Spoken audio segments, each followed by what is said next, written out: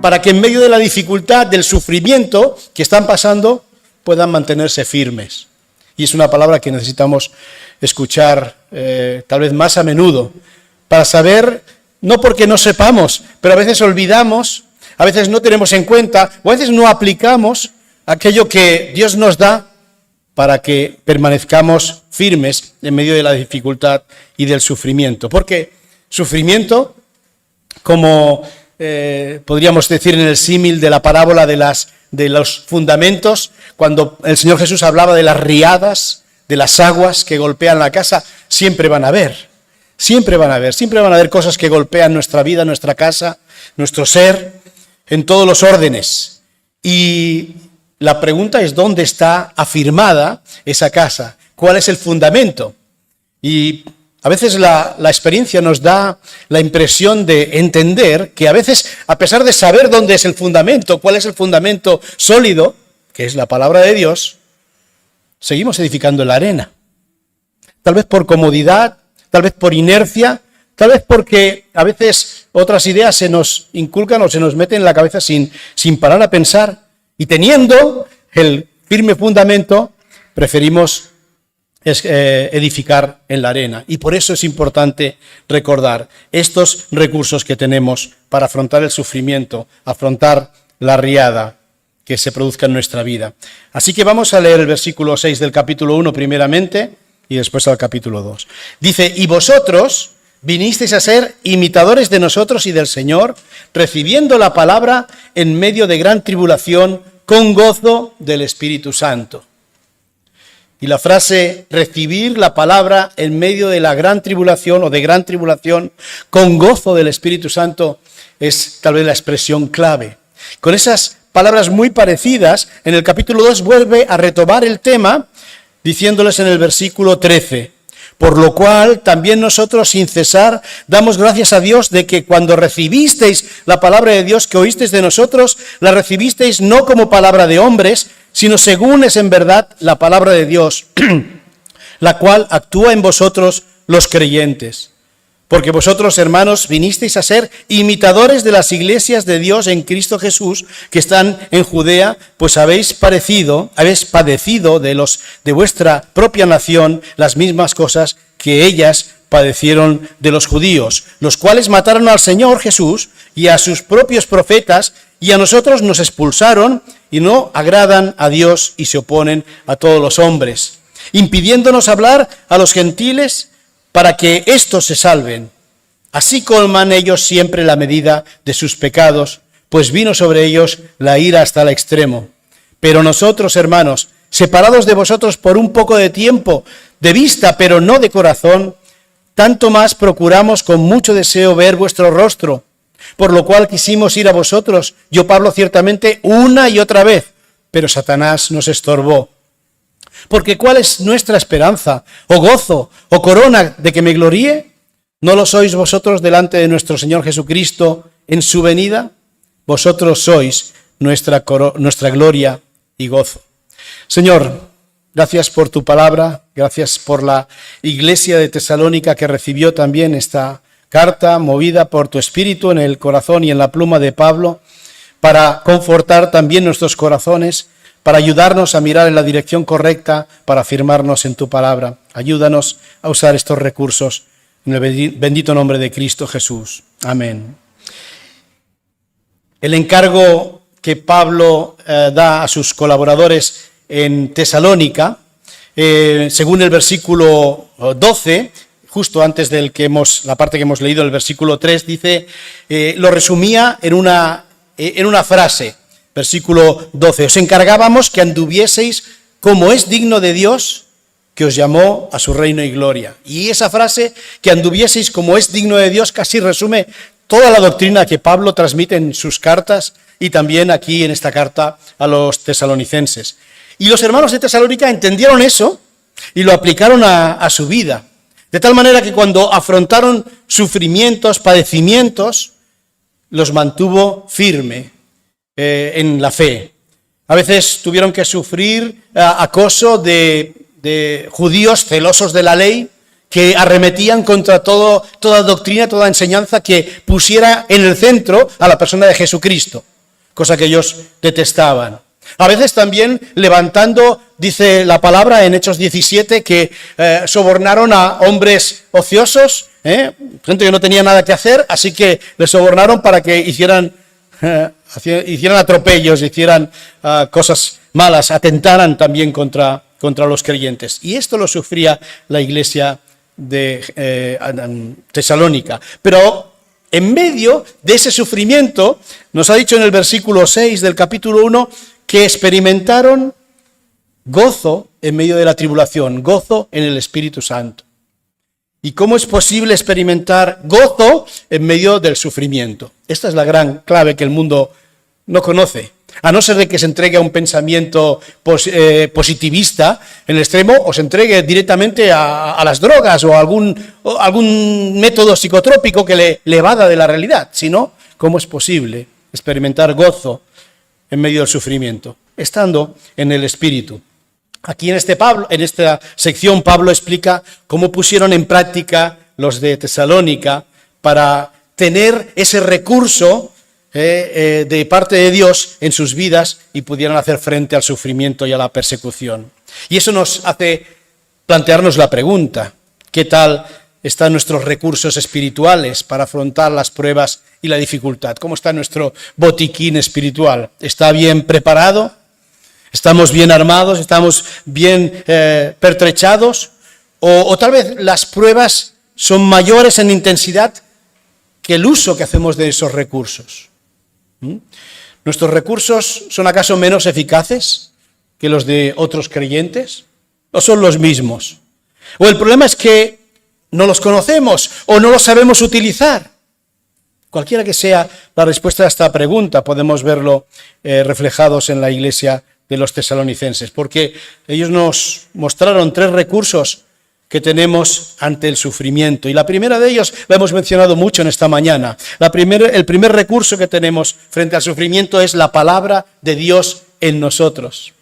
Así dice, y hemos leído en el versículo 13, ya hicimos referencia la semana pasada a ello. Nosotros, sin cesar, damos gracias a vosotros de que cuando recibisteis la palabra de Dios que oísteis de nosotros, la recibisteis no como palabra de hombres, sino según es en verdad la palabra de Dios, la cual actúa en vosotros los creyentes. Ese modo en el cual los tesalonicenses recibieron la palabra de Dios marcó un recurso importantísimo a la hora de sufrir la dificultad, el sufrimiento, la persecución. Pablo da gracias a Dios por el efecto de la palabra de Dios en la vida de los creyentes de Tesalónica. Es algo importante, porque mostraron esa actitud correcta delante de Dios. Eso que en el versículo 12 les decía, andad como es digno de Dios, lo estaba viendo reflejado en la vida de los creyentes en Tesalónica. Y es que la palabra de Dios, esa palabra de Dios que nos da vida, también nos da poder para vivir la vida que tenemos en Cristo Jesús. En Cristo Jesús. No podemos vivir en Cristo al margen de la palabra de Dios. No podemos vivir en Cristo al margen de la palabra de Dios. Por eso ese versículo es clave para entender esta carta y para saber usar ese recurso de parte de Dios con una vida plena en Cristo. Y fijémonos en la actitud que ellos tuvieron hacia la palabra. En primer lugar, apreciaron la palabra. Cuando la recibieron, dice la palabra de Dios que oísteis de nosotros, la recibisteis no como palabra de hombres, sino según es en verdad la palabra de Dios. Apreciaron la palabra que recibieron como palabra de Dios. Sabemos que la Biblia es la palabra de Dios.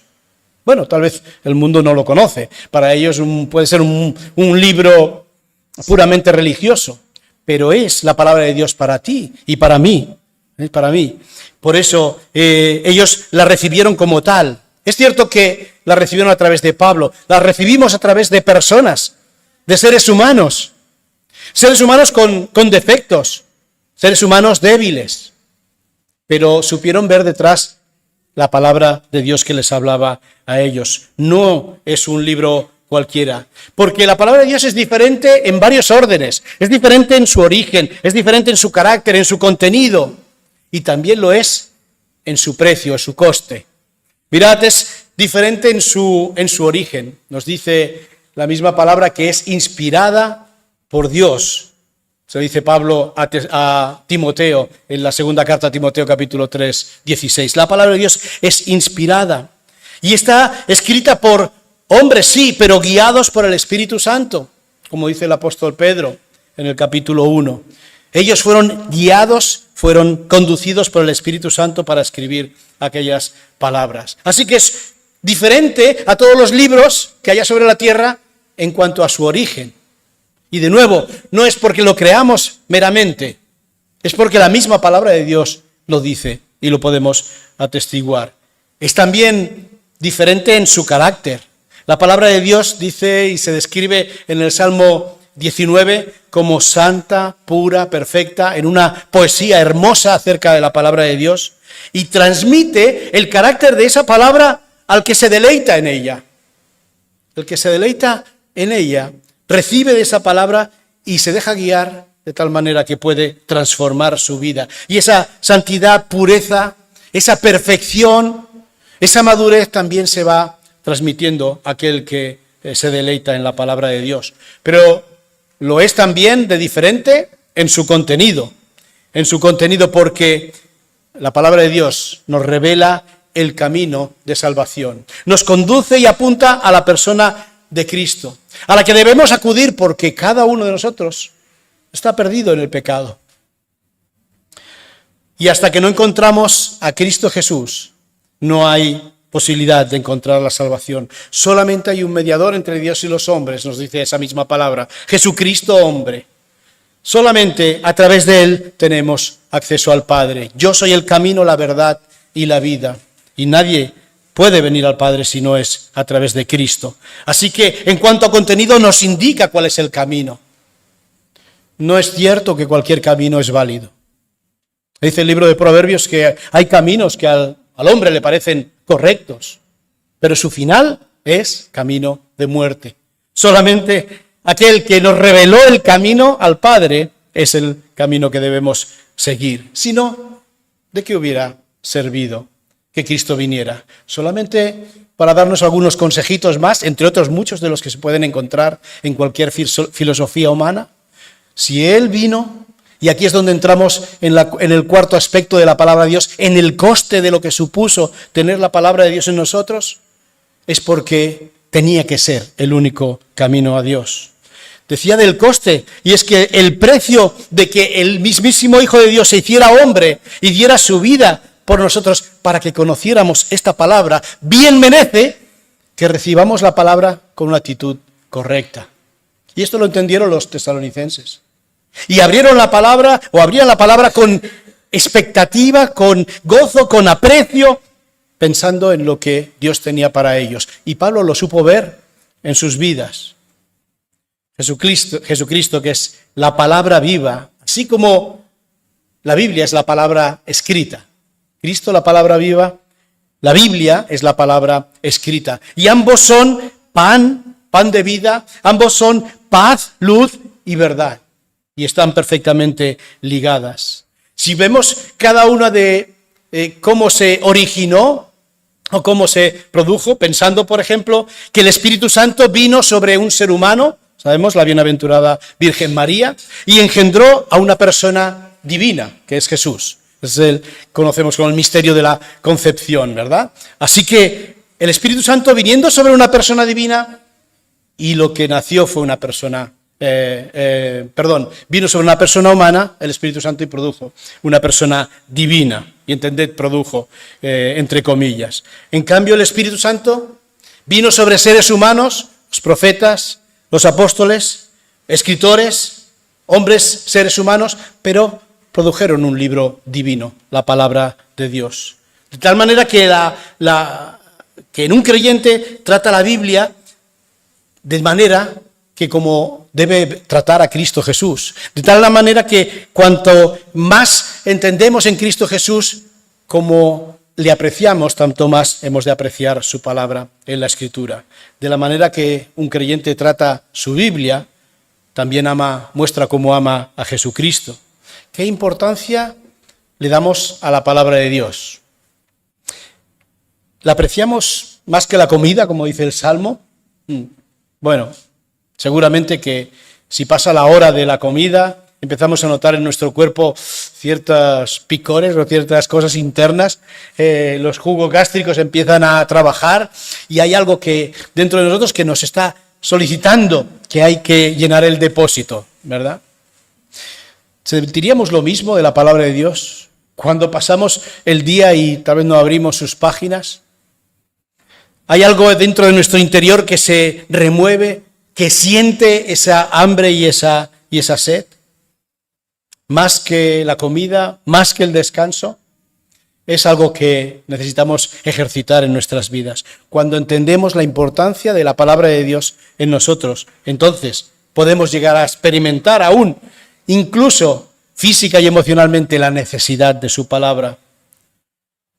Si vamos a ser victoriosos en el sufrimiento como los tesalonicenses, deberíamos apreciar la palabra como la apreciaron ellos. Pero no solo la apreciaron, muy bien, está bien, tiene un origen magnífico, un carácter estupendo, un contenido glorioso, un coste elevadísimo, la aprecio, pero me la apropio, se la apropiaron ellos, se la apropiaron. Pablo dice en ese versículo 13, por lo cual dice vosotros cuando recibisteis la palabra de Dios, y usa dos palabras en este mismo versículo para describir esa acción de recibir. La primera significa aceptar, apreciar, como hemos dicho antes. Pero la segunda vez dice, la acogisteis, la recibisteis como palabra de Dios. Tiene una intensidad mayor, tiene que ver con acogerla en su vida, para hacerla uno con ellos. La primera tiene que ver con oír con el oído. La segunda tiene que ver con oír con el corazón. Y es interesante la diferencia entre ambas, porque podemos escuchar la palabra de Dios, pero tal vez nuestro corazón queda insensible, queda igual. Los creyentes de Tesalónica no solo oyeron la palabra, sino que la recibieron en su mente y en su corazón para apropiársela. Jesús advirtió muchas veces sobre la manera de oír que desagrada a Dios. ¿Os acordáis de aquella expresión que solía decir, el que tiene oídos para oír, oiga, oiga? Una de ellas aparece en Mateo 13. El oído pasivo, ¿sabéis qué pasa? Que produce a la larga endurecimiento. El oído que escucha pero no atiende, al final se acaba como aquella música de fondo que vas oyendo de tantas veces y no le prestas atención. Bueno, no pasa nada si es una música de fondo para dar ambiente.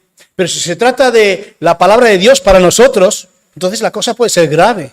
Porque nos llegamos a acostumbrar a escucharla, pero nuestro corazón está completamente pasivo, nuestro oído pasivo. Eso produce endurecimiento.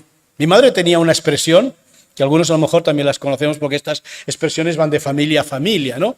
Pero cuando hablaba y no hacíamos caso, decía, ¿hablo yo o pasa un carro? ¿Parlo yo o pasa un carro? ¿No? Y muchas veces puede pasarnos eso con la palabra de Dios. Podemos habituarnos a escuchar, como oíamos a mi madre, que sí, oíamos que estaba diciendo algo, pero no estábamos dispuestos a hacer caso en nada. Con el tiempo puede que pase también en nuestras vidas, que por la costumbre acabemos ignorando lo que estamos escuchando. Cuando abrimos la palabra de Dios, ¿habla Dios o pasa un carro? Bien, no solamente el Señor hacía hincapié en que aquellos que escucharan, que tuvieran oídos, oyeran, sino también les decía, mirad lo que oís. Es importante que oigáis, pero es importante también lo que oís. Estamos en nuestro tiempo y expuestos constantemente a mensajes de todo tipo. Mensajes tóxicos. Muchos tienen que ver con la filosofía del mundo, que no se parecen en nada al agua limpia de la palabra de Dios. ¿Y dónde depuramos todo eso? ¿Por qué depuradora la pasamos? Si la pasamos por nuestra propia opinión o por la de la sociedad que nos envuelve, lamentablemente estamos tomando ya agua tóxica de entrada. Nos cuesta luchas contra ideas, conceptos del mundo, porque estamos tal vez prestando más atención a este mundo que nos rodea que a la propia palabra. Solo pensad en el número de horas que estamos expuestas a estos mensajes. A veces pretendemos que con 15 minutos, 20 minutos, 30 minutos a la semana, compensemos toda la avalancha de información, de bombardeo que estamos recibiendo diariamente.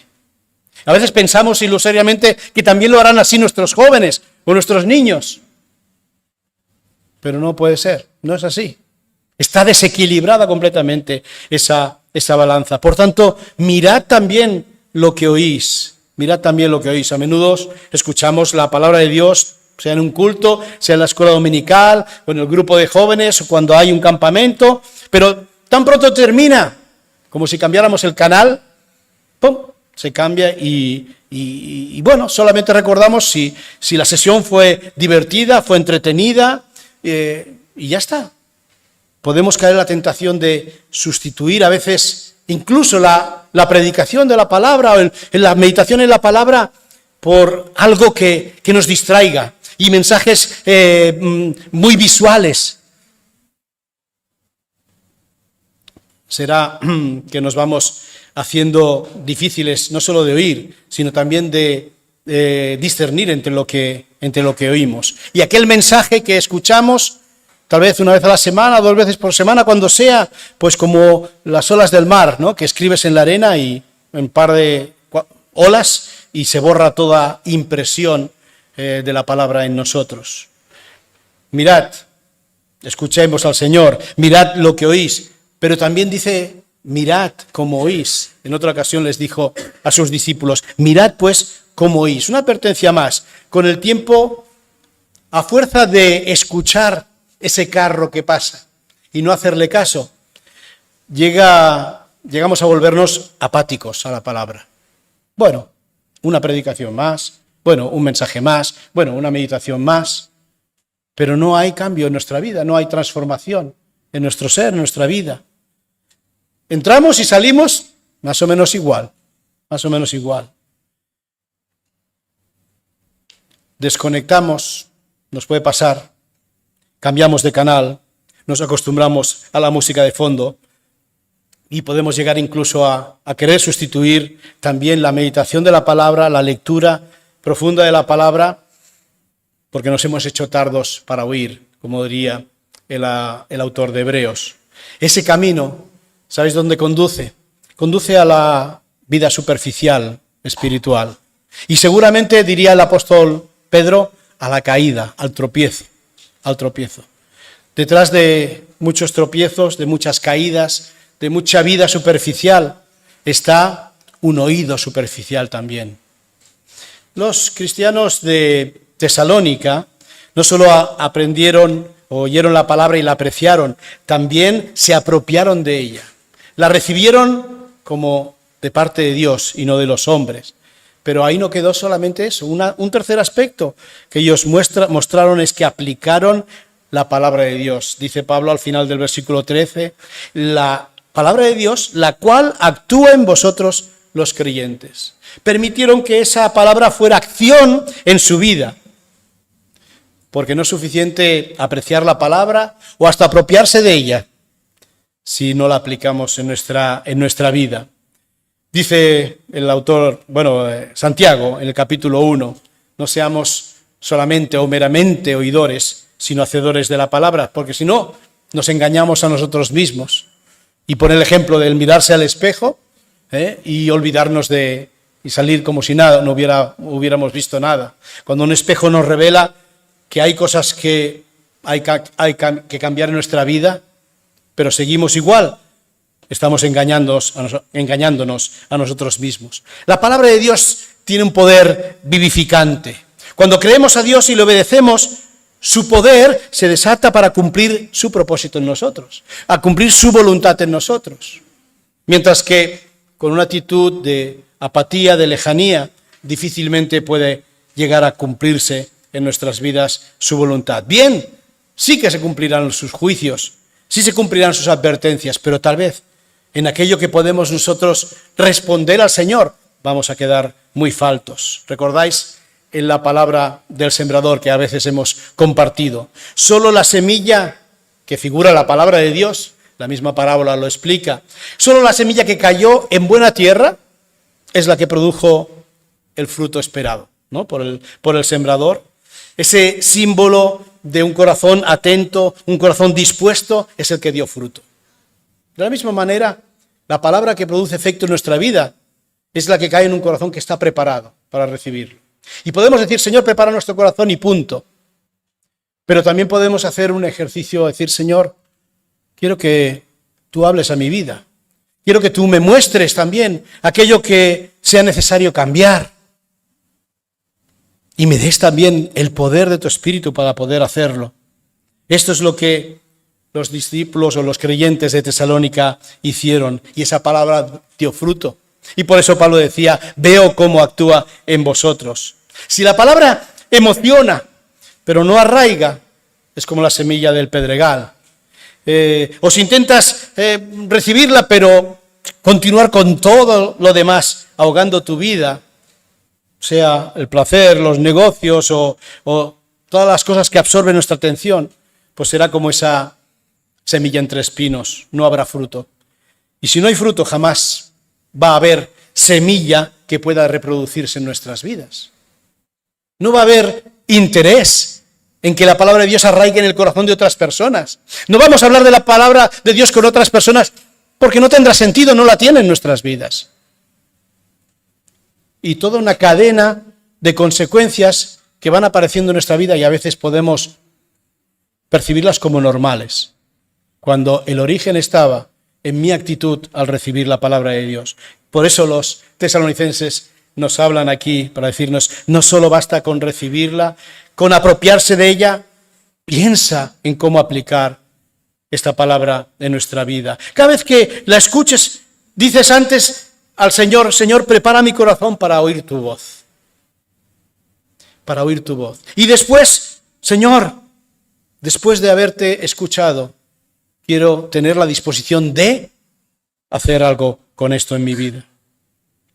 Bueno, pero no nos quedamos solamente con el recurso de la palabra de Dios, que ahí está a nuestro alcance.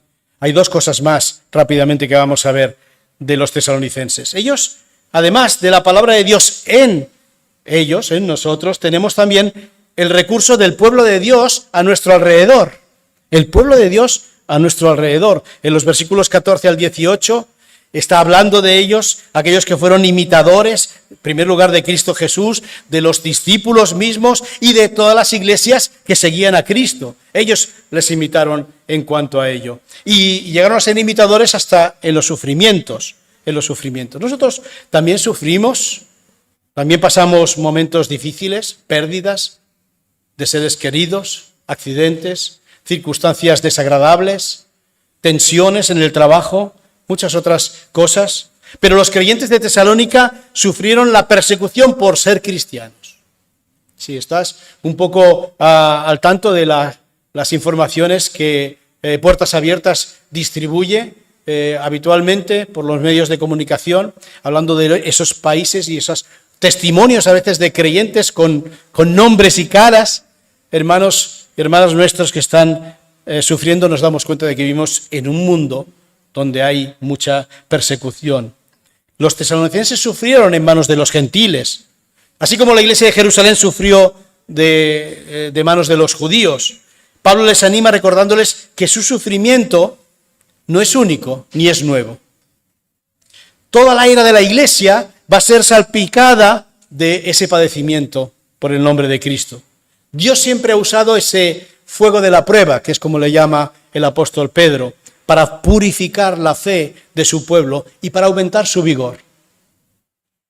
Nosotros pensamos que no, Dios nos libre de la persecución, pero hay un hecho evidente, y es que allá donde los creyentes están sufriendo por su fe, muestran unos niveles, una pureza de fe, a veces mucho mayor que en las sociedades donde en principio todo está permitido. Tal vez sea esta la persecución de nuestros tiempos. Que no haya una persecución evidente y física, sea una persecución más sutil, una persecución como esa corriente de agua que dice en la carta de los Hebreos que intenta apartar el barco de estar amarrado firmemente al puerto y se lo lleva. Pablo se sentía unido a los creyentes de Tesalónica, intentó reunirse muchas veces con ellos, dice en estos versículos. Quise de continuo ir a vosotros, versículo 18, una y otra vez. Pero Satanás nos estorbó. O sea, el papel del enemigo fue evidente en la vida de Pablo, en la vida de la obra, allá en todo lugar donde la obra quiera extenderse. Pues Satanás va a poner todo lo que es su empeño en evitarlo. No en vano dice el apóstol Pedro que es como ese león rugiente que anda alrededor de nosotros buscando a quien devorar. Y siempre pienso cuando leo este versículo que es tan listo, pues más listo de lo que nos pensamos, porque nunca va a atacar allá por donde somos fuertes, allá por donde estamos atentos, allá por donde vigilamos. Siempre busca el lugar débil de nuestro ser. Así que necesitamos de la palabra de Dios para fortalecer precisamente esas partes de nuestro ser, de nuestro muro, de nuestra vida, que son más débiles. El pueblo de Dios a nuestro alrededor es algo que los tesalonicenses apreciaron. Supieron el valor de la congregación y de la iglesia como un recurso. No subestimes el valor de congregarte, no lo subestimes. Y cuando aparece la idea de que, mejor me quedo en casa, cuando esa idea empieza a aparecer en nuestra mente, tal vez mira, ¿dónde el diablo consiguió alcanzarte con ese dardo? ¿Dónde te alcanzó? ¿Cuándo fue? Tal vez te hizo mirar más todo aquello que te desagradaba que todo lo que Dios tenía para ti. Y entonces produce eso un sentimiento, una apatía. El enemigo, ese león rugiente, sabe por dónde arrojar sus dardos. Cuando la idea de encontrarte con los hermanos supone un esfuerzo en lugar de un gozo, o sencillamente te es indiferente, o tal vez intentas justificarte diciendo, si no estoy no pasa nada. ¿Quieres saber una cosa? Ya el diablo consiguió algo, ya consiguió hacer blanco. Y nuestra labor, como aquellos tesalonicenses hicieron, fue estar pendientes. ¿Dónde estaba atacando? Pablo estaba pendiente, sabía que Satanás iba a estorbar todos los planes, así que usó todos los medios posibles, aún una carta, para poderse relacionar con los hermanos de Tesalónica y fortalecerles en su fe. El pueblo de Dios a nuestro alrededor también es un recurso. Puedes mirarte a los que tienes alrededor. Si los ves como un recurso de parte de Dios para fortalecer tu fe, estás mirándolo en la perspectiva adecuada. Y si te cuesta y si nos cuesta ver así, tenemos que hacer un ejercicio por mirarlo a través de los ojos y del corazón de Dios. Porque esta que está aquí es la esposa del Cordero, ¿sabéis? Esta que está aquí es la novia del esposo. Esta es la que un día va a ser presentada sin mancha, ni arruga, ni cosa semejante, ¿verdad? A veces nosotros, como buenos, críticos, vemos la arruga, la mancha y todo lo que no se puede nombrar. Pero necesitamos verlo a través del corazón y de los ojos de Dios, para apreciar el pueblo de Dios como un recurso también en medio de la dificultad. Acércate. A veces podemos llegar a la queja. No, es que no me dicen, no me hablan, no me llaman. Es verdad. Pero a veces también con nuestra apatía mostramos nuestra falta también de aprecio por los demás. Si no voy no pasa nada, lo siento. Y no es que la asistencia sea la condición sine qua non del perfecto creyente. No vamos a caer en esa trampa del legalismo. Pero es importante porque muestra nuestro aprecio por el pueblo de Dios que ha puesto a nuestro alrededor. Y un tercer recurso, si la palabra era el primer recurso principal para los tesalonicenses, los creyentes de Tesalónica también, y las iglesias y los hermanos eran también un segundo recurso. También Pablo les hace mirar hacia adelante y ver también la corona de gloria que estaba puesta delante de ellos. La corona de gloria delante de nosotros también es un recurso. Y en los últimos versículos pregunta Pablo, porque ¿cuál es nuestra esperanza, o gozo, o corona de que me gloríe? ¿No lo sois vosotros delante de nuestro Señor Jesucristo en su venida? Vosotros sois nuestra corona nuestra gloria, y gozo. Pablo les veía y podía mirar al pasado y lamentarse y quejarse de todos los problemas y las dificultades que tuvo para no poder dedicar el tiempo que quiso a los de Tesalónica. Y siempre podemos encontrar motivos de queja, motivos de desánimo, de lamento, pero Pablo mira hacia el futuro y se regocija y experimenta gozo. Pablo miró hacia adelante por la fe y vio a sus hermanos de Tesalónica en la misma presencia de Dios, viniendo en su gloria. Pablo era un visionario, pero a veces también necesitamos esta visión. Ver a nuestros hermanos, ver a los demás creyentes también delante de Dios, en ese momento glorioso en que Cristo venga. Eso es una realidad para el creyente. Lo mejor todavía está por venir. Si está esperando lo mejor aquí, en el día ahora, en el día y en el ahora, probablemente acabes frustrado, frustrada. Pero así Pablo nos hace mirar al futuro. ¿Cuál es nuestra esperanza de gloria? ¿Cuál es nuestro gozo y nuestra corona de la que podamos gloriarnos el día que el Señor venga? No servirá haber cogido nuestro talento, haberlo guardado en un pañuelo y esconderlo, como hizo aquel de la parábola. Eso no va a traer gozo y alegría. Eso puede traer hasta cierta vergüenza incluso, dice el apóstol Juan. El día en que Cristo venga, dice, cuidado, no nos tengamos que alejar de Él avergonzados, porque no hemos sido diligentes. Y claro, seguro que es más fácil ver la diligencia en el otro que en mí mismo. Os digo porque a mí me pasa. Es más fácil ver la diligencia o la falta de diligencia en los demás que en mí mismo. Por eso cuando abría la palabra y meditaba en estas cosas, decía, Señor, me tienes que hablar a mí primero. Cada capítulo, el apóstol Pablo hace una referencia en esta carta hacia la venida del Señor, con tal de animarnos y de mirar hacia adelante con fe y con esperanza. Con fe y con esperanza. En tiempos de dificultad, de prueba, sea cual sea, en tu vida es importante que tu mirada también se extienda hacia más allá del presente. No te quedes solamente con la dificultad presente que angustia tu vida, tu corazón. Piensa en lo que tienes y lo que eres en Cristo Jesús. Recuerda que, dice Pablo a los colosenses, nuestra vida está escondida con Cristo en Dios. Y cuando Cristo, vuestra vida, se manifieste, entonces seréis vosotros manifestados también con Él en gloria. ¡Qué día más hermoso! Yo digo, tal vez eso es algo que no hemos experimentado aún, está en el futuro. Pero Señor, lléname del gozo mismo que experimentaré el día que solo vean mis propios ojos. Y cuando empiezo a pensar así, hay algo que empieza a cambiar también en mis emociones, en mis sentidos. Cuando empiezo a pensar en lo que sentiré el día que vea a Cristo Jesús, y trayendo esa corona para sus siervos, entonces experimento ese gozo. La corona en la que Pablo estaba pensando no era la corona de un rey, era tal vez la corona de un atleta vencedor, de alguien que había cumplido o que cumpliría su carrera. Y así al final, cuando escribe aquella última carta a Timoteo, le dice precisamente estas palabras: he peleado la buena batalla.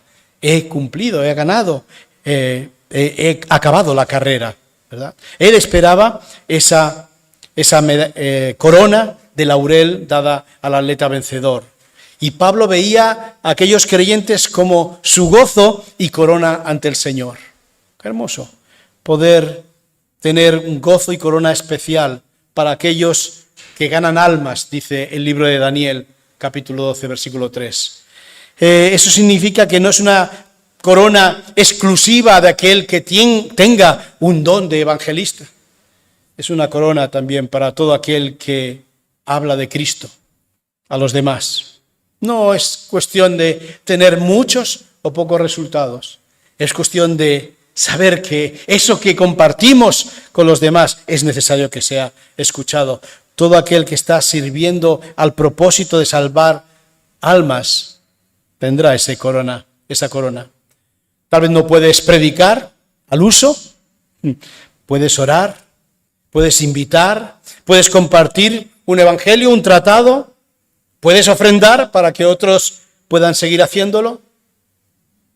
Hay siempre una labor, hay algo que nos permite participar en esa corona de gloria. No te excluyas, no te excluyas. Así que esos son los recursos que Pablo les explica a los tesalonicenses. La palabra de Cristo, la palabra de Dios en ellos, en nosotros. También el pueblo de Dios alrededor de nosotros. Y finalmente la corona de gloria enfrente de nosotros. Son tres perspectivas que nos ayudan a tener recursos en medio de la dificultad. Y pueden venir persecuciones. O tal vez no sean percibibles, pero ya estén siendo perseguidos en nuestro corazón de 1001 cosas que nos persiguen para robarnos el tiempo, para robarnos la alegría, para robarnos el gozo. Si algo de eso está pasando en nuestra vida, tal vez echamos mano o debemos echar mano de algunos de estos recursos. Oramos. Padre, te alabamos, Señor, por Cristo Jesús en primer lugar, porque Él es el que nos trajo la palabra viva y Él como palabra viva nos dio la palabra también escrita para que tengamos el recurso en el momento oportuno. Señor, gracias porque en todo momento podemos acudir a ti y acudir a las páginas que tan libremente tenemos y tan en abundancia tenemos, Señor. Pero a veces las olvidamos o a veces, Señor, somos un poco indiferentes en cuanto a ello.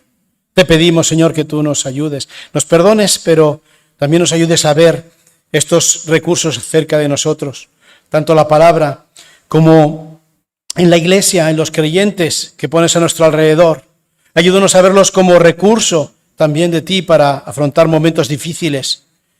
Y si en algún momento el diablo nos ha engañado y nos ha quitado el gozo de la comunión, Señor, que aportillemos, Señor, ese muro donde ha conseguido clavarnos su dardo infectado. Padre, te pedimos y te damos las gracias también por tener el recurso de ese galardón y de esa corona, Señor, cuando tú vengas. Que nos ayudes a mirar hacia adelante con esperanza, pero también con urgencia, Señor, para participar de este ministerio, para que otros escuchen la palabra de Cristo, el mensaje de Cristo y puedan venir a tus pies.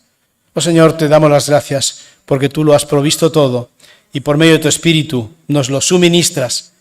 Señor, abre nuestro corazón para que podamos ponerlo en práctica. Oh Señor, te lo rogamos y en el nombre de Cristo Jesús te lo pedimos. Amén.